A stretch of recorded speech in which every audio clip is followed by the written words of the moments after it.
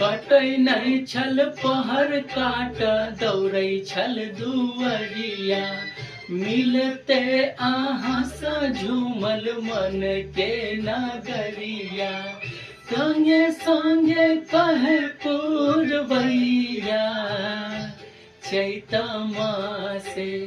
आहा बिना मन न लगैया हो रामा चैता मासे आहा बिना मन न लगैया हो रामा चैता मासे हो रामा सोच सोच बितैया जाग जाग रात कटैया चैता मासे आहा बिना मन न लगैया।